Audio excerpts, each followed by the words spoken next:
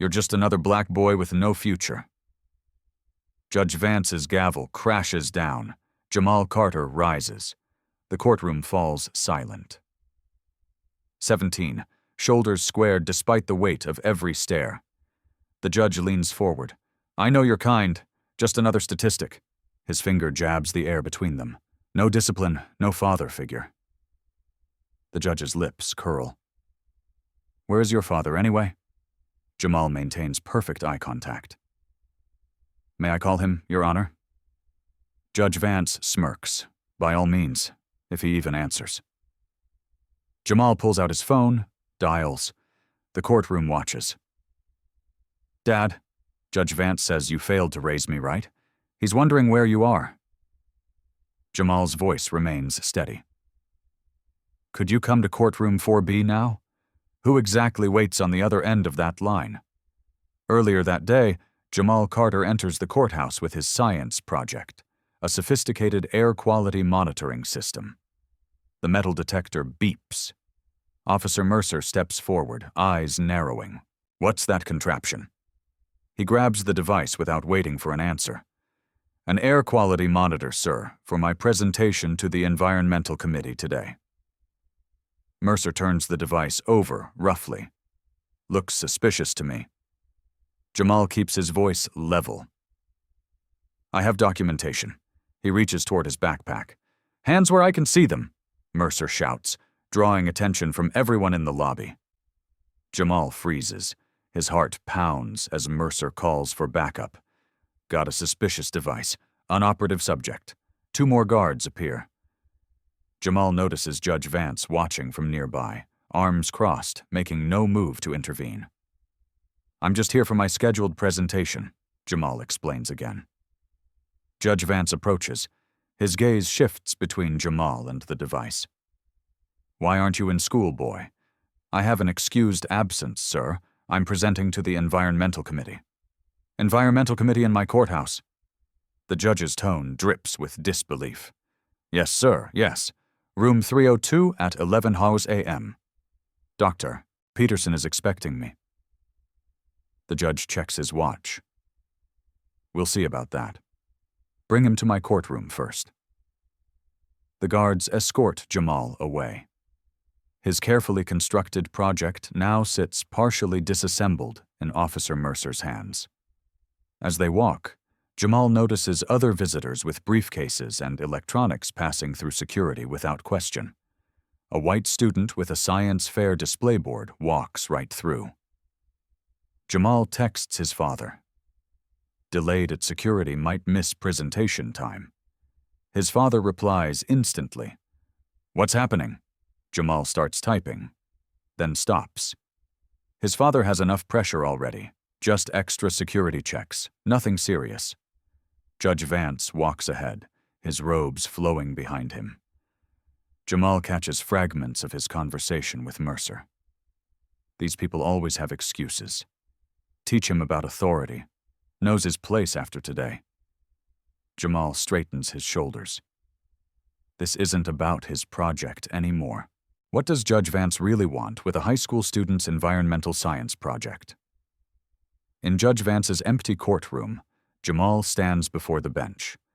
His project sits in pieces on a table. Explain again what this device does. Judge Vance doesn't look up from his phone. It's an air quality monitor that measures particulate matter in low-income neighborhoods, Your Honor. Jamal keeps his voice steady. I've been collecting data showing correlation between poor air quality and respiratory illness rates. Judge Vance tosses Jamal's papers aside without reading them. And why bring this to my courthouse? The Environmental Committee meets here monthly. I was invited to present my findings. Dr. Peterson confirms there's a meeting. Judge Vance scrolls through his messages, says nothing about student presentations. Jamal's stomach tightens. The confirmation was sent last week to all committee members. Are you telling me how to do my job? The judge's voice hardens. No, sir. No, just providing information. Judge Vance stands. He circles the bench looming over Jamal. Listen carefully. I've been on this bench for 20 years. I've seen every excuse, every story, every scheme. I understand, but no interruptions. His hand slams the table. Pieces of Jamal's project scatter. A sensor crashes to the floor. This equipment could interfere with courthouse systems. Jamal watches months of work break apart. Sir, that's months of research. Research? Judge Vance laughs. Is that what they call it now? Where did you get these parts? Who really built this? I designed and built it myself. The parts were purchased with grant money from the State Science Foundation. Judge Vance's jaw tightens. A likely story. Let me be clear. This courthouse isn't your science fair. He picks up a circuit board, examining it with exaggerated suspicion. We'll hold this device for security inspection. You can wait in the hallway until the committee meeting. And my presentation, if they confirm your story, you'll get your property back. Judge Vance's smile doesn't reach his eyes. Maybe eventually. Jamal stares at his broken project. Data collected from his own neighborhood. Evidence of environmental injustice now treated like contraband. May I have a receipt for my property, Your Honor? The judge's smile falters. Getting legal advice from somewhere, are we? Will Jamal's months of work be destroyed before he can even present it? Jamal waits in the hallway, watching the minutes tick by. His presentation time approaches, but security won't let him near room 302 without Judge Vance's approval. Dr. Peterson, a gray-haired environmental scientist with wire-rimmed glasses, spots Jamal. There you are. Why aren't you setting up? We start in 15 minutes. Judge Vance confiscated my project. Says it's suspicious. Dr. Peterson's eyebrows shoot up. That's absurd. You're our keynote student presenter. They return to Judge Vance's courtroom together.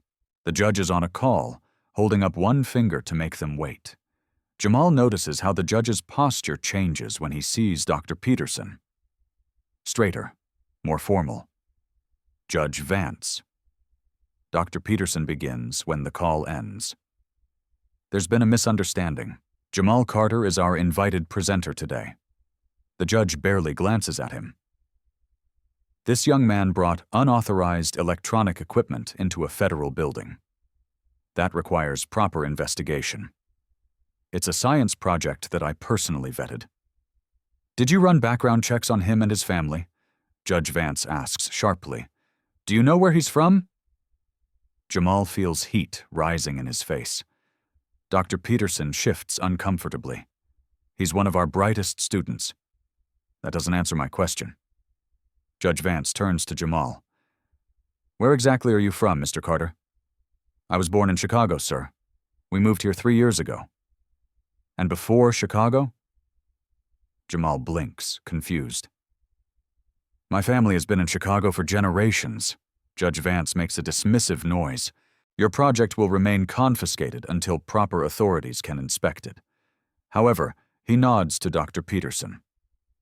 You can take responsibility for him attending the meeting without his device. Dr. Peterson protests, but his entire presentation requires his project. Then he shouldn't have brought suspicious equipment into my courthouse. The judge's voice rises. Perhaps you'd like to explain to the committee why you're unprepared. Consider it a lesson in planning ahead. Jamal's hands clench at his sides. May I at least have my presentation slides? They're on the same laptop we're holding for inspection. Dr. Peterson checks his watch. We need to go. The committee has a tight schedule. Judge Vance smiles thinly. Run along then. And, Mr. Carter, next time know your place before you walk into my courthouse. Jamal follows Dr. Peterson to the meeting room. His heart pounds as they enter. 12 committee members sit around a conference table. Several observers line the walls. I apologize for the delay, Dr. Peterson announces. We've had an unexpected situation. Jamal steps forward. Every eye in the room turns to him. The weight of their expectations crushes down. I apologize, Jamal begins, voice steady, despite the humiliation burning in his chest. Judge Vance has confiscated my project and presentation materials. I'll do my best to explain my findings from memory. Whispers spread through the room. Jamal sees pity on some faces. On others, quiet judgment. A woman in the back row shakes her head and writes something in her notebook. How will Jamal salvage his presentation without any of his materials?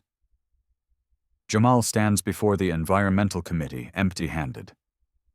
He takes a deep breath and begins speaking from memory. My project measures particulate matter concentrations in low-income neighborhoods versus affluent areas. His voice grows stronger with each word. Over 6 months, I documented levels 3 times higher in minority communities. Despite the absence of visual aids, committee members lean forward. Jamal sketches air particle distribution patterns on a borrowed notepad, explaining collection methodology and statistical controls. I identified correlation between pollution spikes and respiratory emergency room visits. He draws another diagram. The data shows environmental protection laws are enforced differently based on neighborhood demographics.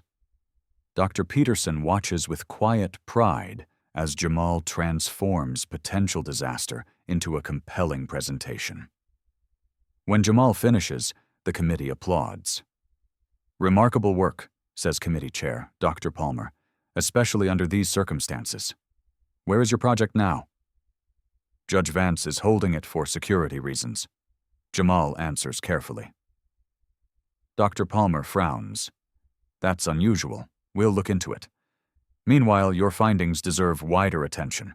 Would you consider presenting at the state conference next month?" Jamal nods, gratitude washing over him. "I'd be honored." As the meeting adjourns, Jamal excuses himself to the restroom. In a private stall, he leans against the wall. The adrenaline crash hits him hard. His hands shake slightly as he pulls out his phone. He dials his father but gets voicemail. "Dad, something happened at the courthouse. Judge Vance confiscated my project." And he pauses, not wanting to sound like he's complaining. "I managed okay, but I could use some advice. Call when you can." Dr. Peterson waits outside. "You did incredibly well, Jamal. I've never seen such poise under pressure." "Thank you. Do you think I can get my project back today?" "Let's find out." They return to Judge Vance's courtroom. The judge is hearing a minor case. He spots Jamal and Dr. Peterson, but makes them wait. Jamal watches the proceedings, noting patterns. The well-dressed white defendant receives patient questioning. The young Hispanic woman who follows gets rapid-fire interruptions. After an hour, the courtroom clears. Judge Vance finally acknowledges them. "Still here, Mr. Carter?" "Yes, sir. I've completed my presentation and would like to collect my project." "That won't be possible today. Our security team needs to complete their inspection," Dr. Peterson interjects. "Judge Vance, Jamal needs his equipment. It contains months of irreplaceable data. Should have thought of that before bringing unauthorized devices into a federal building." Jamal meets Judge Vance's gaze. "When can I expect it back, sir? When we're satisfied it's safe. Could be days, could be weeks." Jamal makes a silent vow, his expression betraying nothing. He thanks the judge politely, turns and walks out with perfect composure. Once outside, he makes another call, this time to a different number. "Uncle David, I need some legal advice about property confiscation in a federal building." His uncle's voice comes through clearly. "Tell me everything. Who is Uncle David? And what legal strategy might he suggest?" The next morning, Jamal arrives at school, his mind still on his confiscated project. His physics teacher, Ms. Campbell, pulls him aside after class. "Jamal, what happened yesterday?" "Dr. Peterson called me."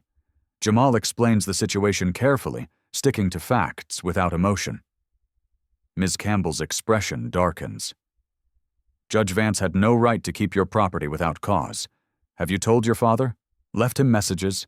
He's at a conference in D.C. Well, don't give up. The Science Fair Committee still wants your entry next week." Jamal nods. I'll need to rebuild everything from scratch. During lunch, Jamal's phone buzzes with a text from an unknown number.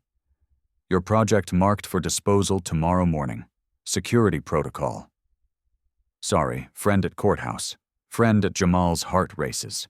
Months of irreplaceable air quality data gone. He tries calling his father again. Voicemail. After school, Jamal returns to the courthouse. The security guard, different from yesterday, stops him.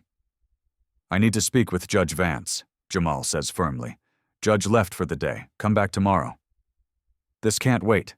My property is scheduled for disposal. The guard shrugs. Nothing I can do.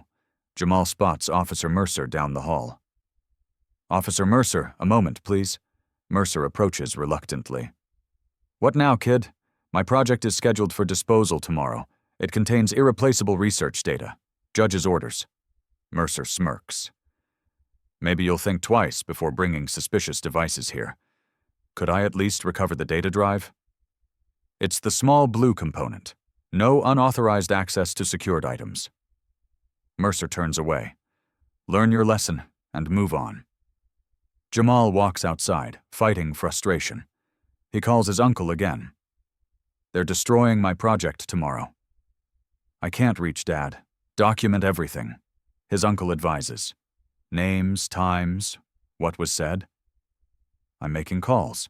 That evening, Jamal works furiously in his garage, attempting to recreate his project from memory and spare parts. His mother watches from the doorway. Jamal, sometimes fighting isn't worth it. This is, Mom.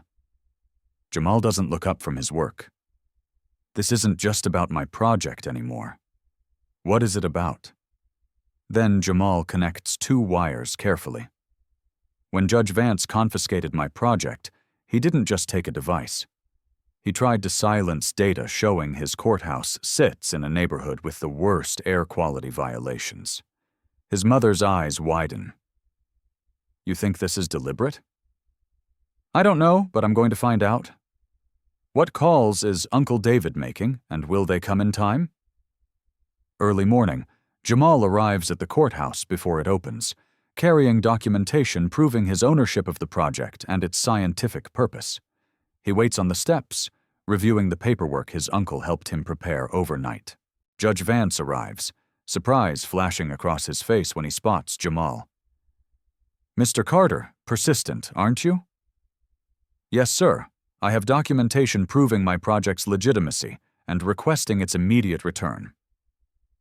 Judge Vance barely glances at the papers. File it with the clerk. I have a busy docket today. Sir, security plans to dispose of my property this morning. Not my department. Judge Vance attempts to walk past. Jamal steps sideways, remaining respectful but insistent. Your Honor, I've documented everything that's happened. If my property is destroyed without due process, I'll be forced to escalate this matter. Judge Vance's eyes narrow. Are you threatening me, young man? No, sir. I'm exercising my rights as a citizen. The judge steps closer. Let me be clear. You have no power here. I decide what happens in my courthouse. The courthouse belongs to the people, Your Honor. Judge Vance's face flushes. You need a lesson in respect, Officer Mercer. Mercer approaches from security. Yes, Your Honor. Mr. Carter here is causing a disturbance. Please escort him out. I'm standing on public property with legal documentation, Jamal says calmly. Judge Vance points at Jamal's papers. Those look like falsified court documents to me. Confiscate them. Mercer hesitates. Sir, you heard me. Those papers could be fraudulent. Jamal holds the documents tightly. They're notarized copies of my property ownership and scientific grant documentation. Judge Vance leans close. You think you're smart? You think papers will save you? You're nothing here? Remember that? A courthouse administrator approaches. Judge Vance, there's a call for you. They say it's urgent. The judge backs away. This isn't over. He follows the administrator inside. Jamal waits until they're gone, then turns to Officer Mercer. I just want my project back before it's destroyed.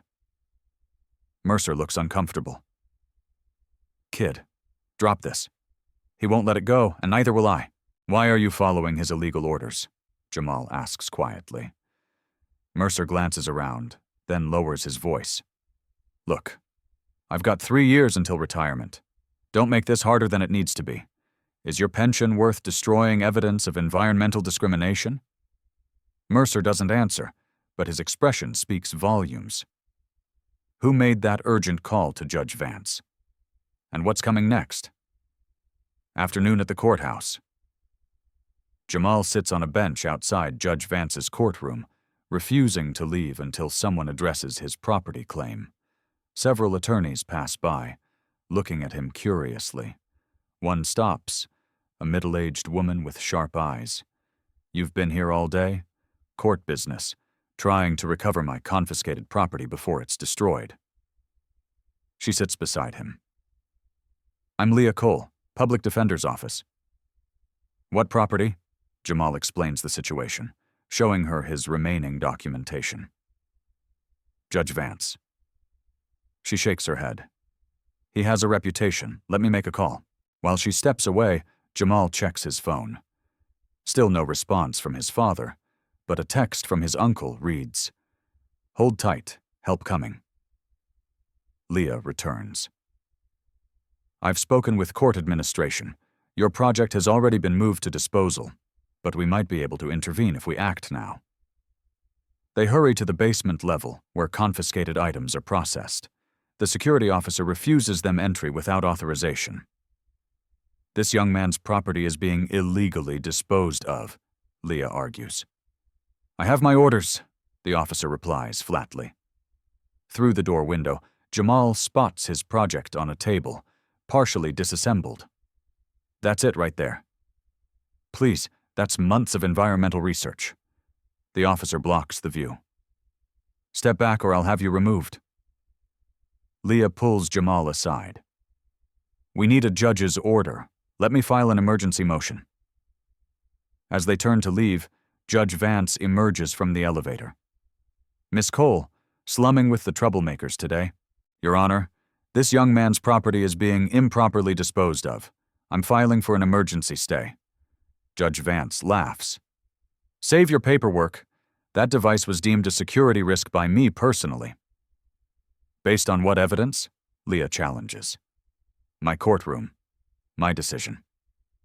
Judge Vance gestures to a nearby officer. Please escort them out. Mr. Carter is banned from this building. Jamal steps forward. Sir, I've been respectful and followed every rule. Why are you doing this? Judge Vance stares coldly. Because I can. Some people need to learn their place in the system. Leah grips Jamal's arm, whispering, Don't engage. We'll find another way. As they're escorted out, Jamal sees Judge Vance enter the disposal room. Through the closing door, he watches the judge pick up a hammer. He's going to destroy it himself, Jamal whispers. Leah's expression hardens. Now we know this is personal. Time to call in bigger guns. With his project about to be physically destroyed, what's Jamal's last recourse? Outside the courthouse, Jamal paces the sidewalk. Leah makes frantic calls to other judges seeking an emergency intervention. No one's available on such short notice, she admits, frustrated, and most won't cross Judge Vance anyway. Jamal's phone rings. His father, finally. Dad, they're destroying my project right now. I know, son. I've been briefed. Put me on speaker. Jamal complies, confused. Leah watches curiously. This is Marcus Carter. His father's authoritative voice fills the air. Who am I speaking with? Leah Cole, Public Defender's Office. Your son's project is being improperly disposed of by Judge Vance. I understand. Miss Cole, please escort Jamal back inside. Insist on seeing Judge Vance immediately. Tell security to call this number if there's any resistance. He recites a government extension. Leah looks skeptical, but nods. We'll try, Mr. Carter. They re-enter the courthouse. At security, they're immediately stopped. Jamal Carter is banned from the premises. the guard states flatly. Leah stands firm. We need to see Judge Vance now. If you refuse, please call this number. She shows the guard the number on her phone. The guard hesitates, then makes the call. His expression changes dramatically. Yes, sir. Right away, sir. He hangs up, suddenly deferential. You can proceed to Judge Vance's chambers. As they walk through the courthouse, Jamal whispers, What just happened? Leah shakes her head, equally confused. Who exactly is your father? He works for the Justice Department. That's all I know. They reach Judge Vance's chambers. His clerk tries to turn them away, but Leah mentions the phone number again. The clerk disappears inside, returning moments later. The judge will see you now. They enter to find Judge Vance standing behind his desk, Jamal's partially damaged project in front of him. A hammer sits nearby. This is harassment, the judge begins. I've made my decision about this device. Leah steps forward. Your Honor, we have instructions to call this number if you refuse to return Mr. Carter's property. She displays the phone again. Judge Vance scoffs. Some bureaucratic underling doesn't concern me. Then perhaps you should make the call yourself, Jamal suggests quietly. Something in Jamal's calm confidence makes Judge Vance pause. He takes the phone reluctantly and dials. This is Judge William Vance. Who am I speaking with? His expression shifts from annoyance to shock. Yes, I understand. But the device was, yes, sir. The color drains from Judge Vance's face. He hands the phone back to Leah, his hand visibly shaking. Your property will be returned immediately, Mr. Carter, he says stiffly. In its original condition, with all data intact, Jamal specifies. Judge Vance nods, unable to meet Jamal's eyes. As they leave with the project, Jamal's phone rings again. He answers on speaker. Is it resolved, son? His father asks. Yes, Dad. Thank you. Good. Now, would you put Judge Vance on the line? I'm coming to town tomorrow and would like to meet with him personally. Leah stares at Jamal in dawning realization. Your father is... Jamal nods slightly as Judge Vance approaches, looking ashen. Judge Vance, my father would like to speak with you. Jamal hands over the phone. The judge takes it, his arrogance entirely evaporated. This is Judge Vance. From the phone comes a clear, authoritative voice. Judge Vance, this is United States Attorney General Marcus Carter. I'll be in your courthouse tomorrow at 9:00 a.m. to discuss your treatment of my son and the apparent pattern of judicial misconduct in your courtroom. Please clear your docket. Judge Vance nearly drops the phone. Yes, Mr. Attorney General, I'll make the arrangements. He returns the phone to Jamal, then retreats to his chambers without another word. In the hallway, Leah lets out a low whistle. Your father is the Attorney General of the United States. Jamal nods. He was appointed last year. We keep it quiet at school. No wonder Judge Vance looked like he'd seen a ghost. Leah examines the project. Is this really about air quality monitoring?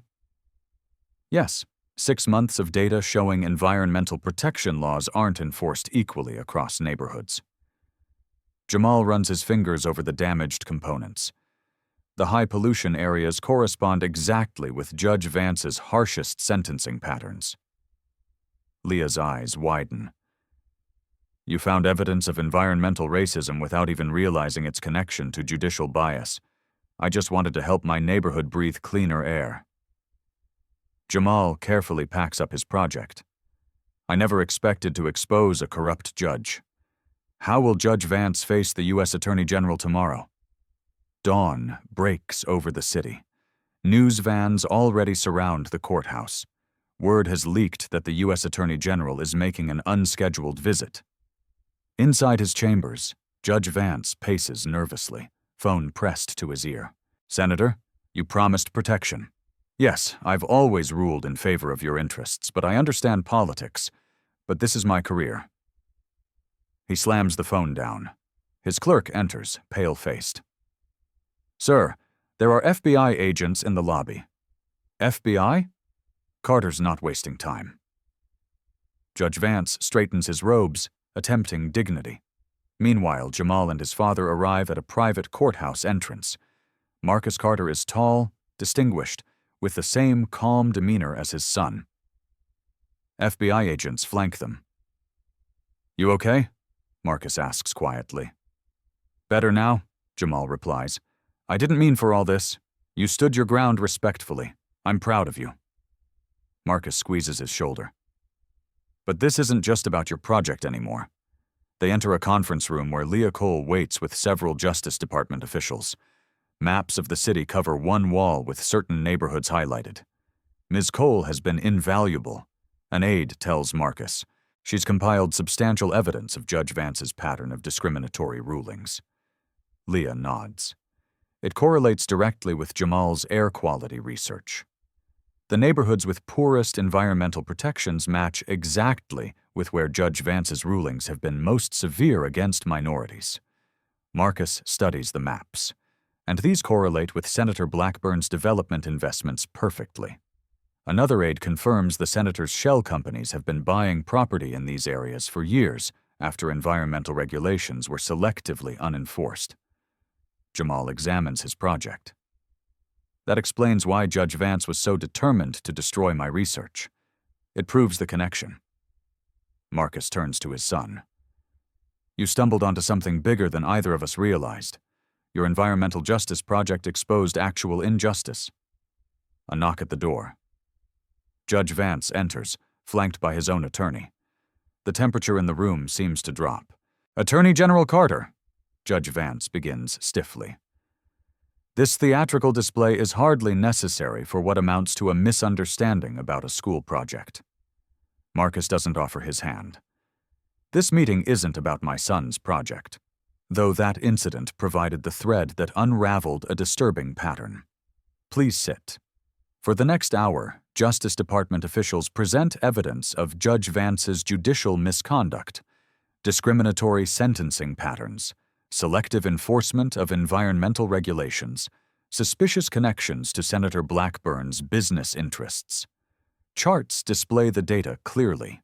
In neighborhoods with high minority populations, the same ones Jamal's project showed had poor air quality. Defendants received sentences averaging 40% longer than identical cases from other neighborhoods. Phone records reveal calls between Judge Vance's chambers and Senator Blackburn's office immediately preceding key environmental rulings that benefited the senator's development companies. Judge Vance's attorney interjects repeatedly, but each objection is met with more damning evidence. "This is a political witch hunt," Judge Vance finally explodes. "I've served on this bench for 20 years. "Yes," Marcus replies evenly, "and we've reviewed 20 years of your rulings. Care to explain why defendants from certain neighborhoods receive sentences averaging 40% longer than identical cases from other neighborhoods?" Judge Vance looks to his attorney, who appears increasingly uncomfortable. "Or perhaps," Marcus continues, "you can explain these phone calls between your chambers and Senator Blackburn's office immediately preceding key environmental rulings." The judge's face goes pale. "I want immunity." His attorney stands abruptly. "My client is not making statements at this time." Marcus nods to an aide who slides a document across the table. "Judge Vance, this is a formal notice of investigation by the Justice Department. You are being placed on administrative leave pending its completion. You can't do this," Judge Vance whispers. "I'm not doing this. Your actions are." Marcus stands. "The Judicial Ethics Committee is convening an emergency session this afternoon. I suggest you prepare." As Judge Vance and his attorney leave, Marcus turns to Jamal. "Your project revealed something we've suspected, but couldn't prove. Environmental injustice and judicial misconduct often go hand in hand." Jamal looks at his damaged project. "I just wanted to help my neighborhood breathe cleaner air." "And you will," Marcus assures him. "Your data is now part of a federal environmental justice investigation." Leah approaches Jamal. "The Environmental Committee called."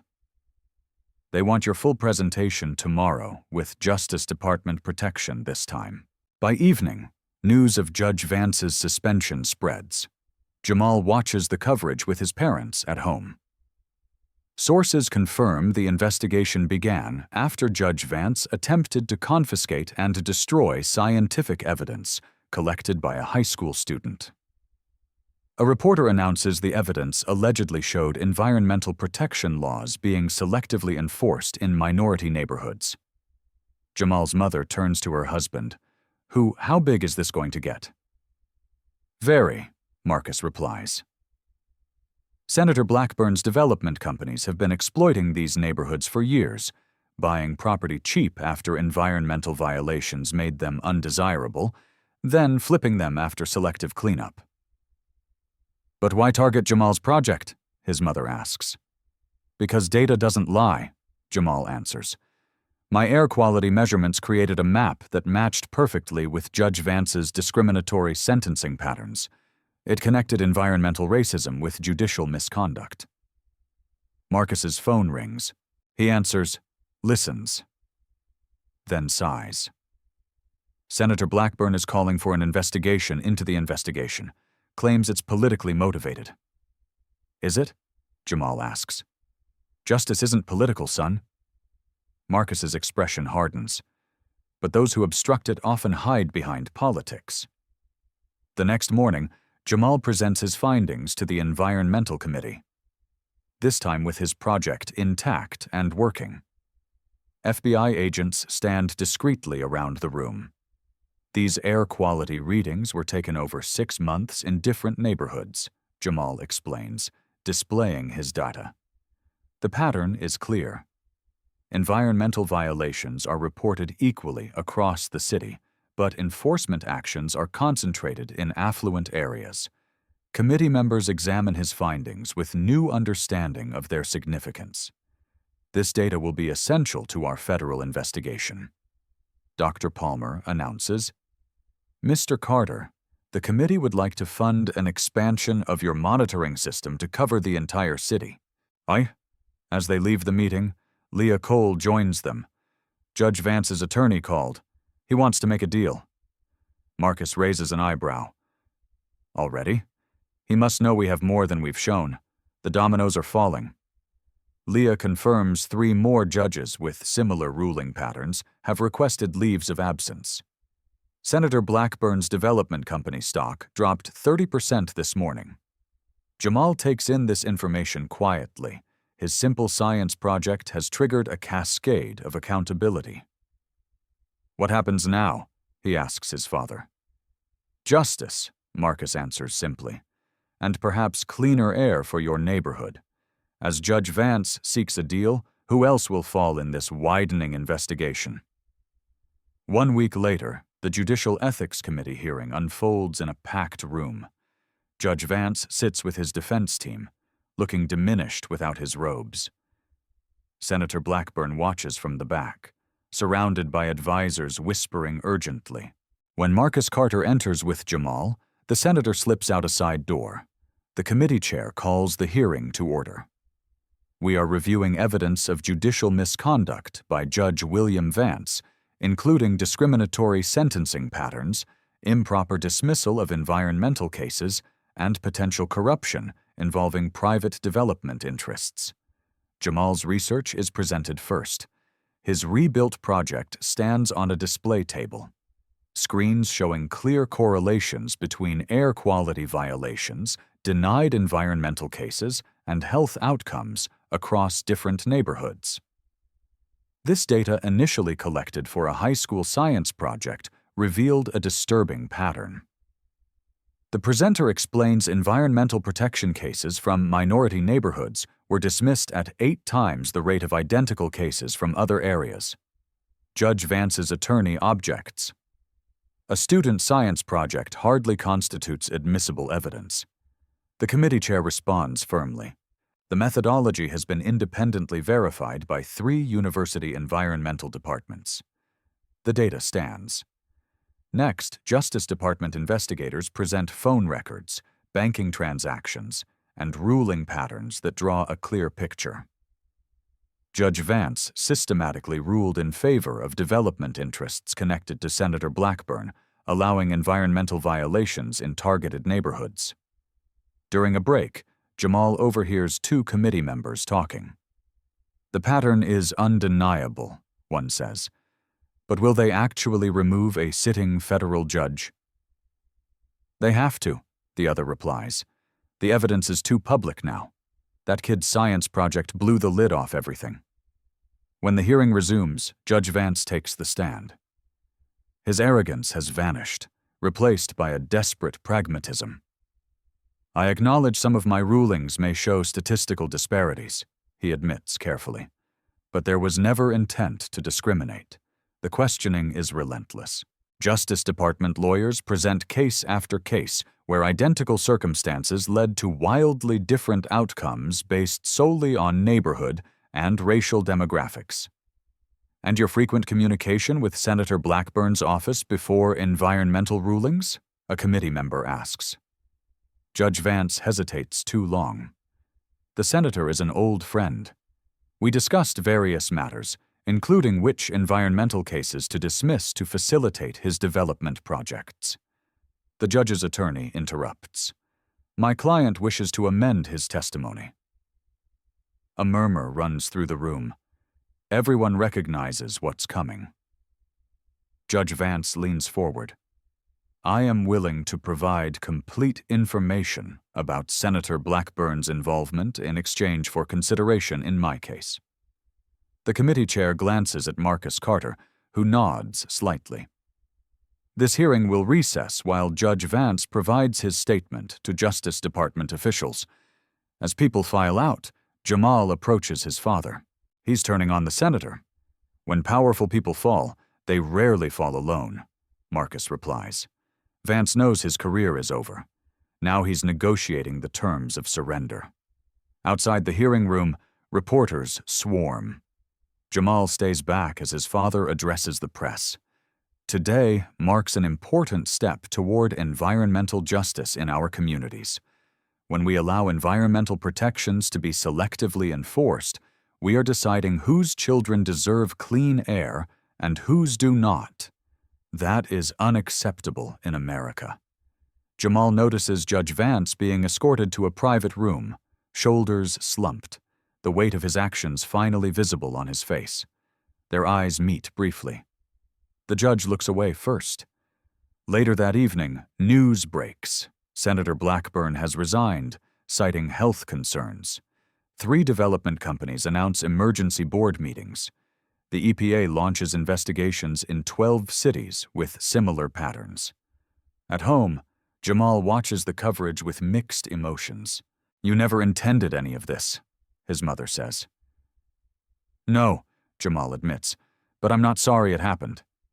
His father joins them, loosening his tie. Judge Vance provided names, dates, amounts. The corruption network was larger than we imagined. "Will it make a difference?" Jamal asks. "For the neighborhoods like ours?" Marcus nods. "The EPA is fast-tracking remediation for the affected areas, and your monitoring system is being adopted as a model for community oversight." Jamal considers this. "From science project to federal policy, that's how change happens," his father says. "One person stands their ground, others follow. With Vance cooperating, how high will this corruption investigation reach?" 3 months later, Jamal stands at a podium in Washington, D.C., addressing the National Conference on Environmental Justice. His rebuilt and enhanced air quality monitoring system is displayed prominently beside him. "Environmental justice isn't abstract," Jamal tells the audience of scientists, activists, and government officials. "It's about who can breathe clean air, who has safe water, and whose children play in toxic soil." The conference room is packed. In the front row sit Marcus Carter and Leah Cole, now heading a new environmental justice task force at the Justice Department. Jamal continues. "My project began as simple data collection in my neighborhood. It ended by exposing how environmental protections were selectively enforced to benefit development interests at the expense of minority communities. Screens behind him show before and after maps of his city. 3 months ago, these red zones had particulate matter levels exceeding federal standards by 300%. Today, with proper enforcement, those levels have dropped by 70%. After his presentation, Jamal joins a panel discussion with environmental scientists and legal experts. The Carter case, as we now call it, has transformed our approach, says EPA Director Harrison. We've launched similar monitoring programs in 30 cities nationwide. The data is revealing similar patterns of selective enforcement. A Justice Department representative adds, following Senator Blackburn's indictment, we've opened investigations into similar arrangements in 12 other states. Judge Vance's testimony has been invaluable. Jamal listens, still processing how his science project catalyzed such sweeping changes. During questions, someone asks about the judicial system reforms. The Administrative Office of U.S. Courts has implemented new transparency requirements, explains Judicial Ethics Committee Chair Lopez. All environmental rulings must now include detailed reasoning and are subject to statistical review for potential bias patterns. After the conference, Jamal and his father walk through the National Mall. Senator Blackburn's development company is paying for environmental remediation in all affected neighborhoods, Marcus tells him. The settlement includes funding for community health clinics, specializing in respiratory conditions. Jamal watches children playing nearby. Will it last, though, these changes? That depends on people like you. Marcus says systems only change when someone challenges them. Jamal's phone buzzes with a notification. The state university has offered him a full scholarship to study environmental science and law. They want me to expand my monitoring system statewide, Jamal says, amazed. Marcus smiles proudly. From science project to state policy. Not bad for a high school senior. I just wanted to help my neighborhood, Jamal says. I never expected all this. That's how change usually happens, Marcus replies. Someone refuses to accept injustice, even when they're told to know their place. As they continue walking, Jamal notices a news alert on his phone. 3 more judges in different states have been placed on administrative leave pending investigations. It's spreading, Jamal observes. Marcus nods. What you uncovered wasn't isolated. It was systemic. Sometimes all it takes is one crack in the foundation to reveal structural problems and one person standing their ground. Jamal adds, exactly. Marcus points to the Justice Department building in the distance. Next week, we're announcing a nationwide environmental justice initiative based partly on your monitoring model, community-driven data collection, transparent enforcement tracking. As Jamal's work spreads nationwide, what powerful interests will resist these changes? 1 year later, Jamal walks through his old neighborhood, now transformed. New trees line streets once barren. Air quality monitors based on his design, but now manufactured professionally, stand at key intersections, their data publicly accessible via smartphone app. He stops outside the federal courthouse where everything began. The building looks the same, but much has changed inside. A new plaque announces the Environmental Justice Review Board established in the wake of the Vance-Blackburn scandal. Jamal enters, passing through security without incident. The guard nods respectfully, recognizing him. In the main hall, a community exhibition showcases environmental data from across the city. Schoolchildren gather around interactive displays showing air quality improvements over time. Leah Cole, now Environmental Justice Special Counsel, meets him by a display featuring his original project, restored and preserved, as a catalyst for change. The touring exhibition opens in Chicago next month. She tells him, "Your story has inspired similar projects in 47 cities. How's the judicial reform progressing?"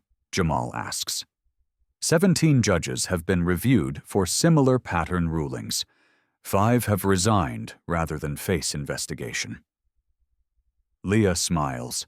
And Judge Vance community service. Ironically, part of his plea agreement includes working in the neighborhoods his rulings harmed. They walk to a conference room where Marcus Carter waits with several Justice Department officials and community leaders. Maps on the wall show dramatic improvements in environmental compliance across previously neglected neighborhoods. The data doesn't lie. A health department official reports childhood asthma hospitalizations down 32% in the affected communities. Adult respiratory conditions improving similarly. Marcus greets his son with a proud embrace. Jamal's monitoring system has been adopted as the national standard for community air quality assessment. Jamal shakes his head, still processing the impact of his work. It was never about the technology. It was about asking who deserves protection under the law. A community leader stands. We've lived with environmental discrimination for generations. We knew the air was making our children sick. But without data, without proof, our complaints were dismissed. Sometimes justice needs evidence, Marcus agrees. But it also needs people willing to stand their ground. After the meeting, Jamal and his father walk through the neighborhood where the project began. Children play in a new park built where an illegal dumping site once stood.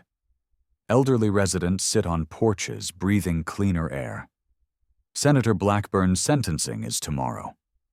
Marcus mentions his development company has been ordered to fund environmental remediation for the next 20 years. Jamal watches a group of high school students installing a new air monitor. They're continuing the project, expanding it. That's how lasting change works, Marcus says. It outlives its creators. They stop at Jamal's old school, where a banner announces a new environmental science academy named in his honor. Inside, students cluster around monitoring stations, analyzing data, and preparing reports for community action.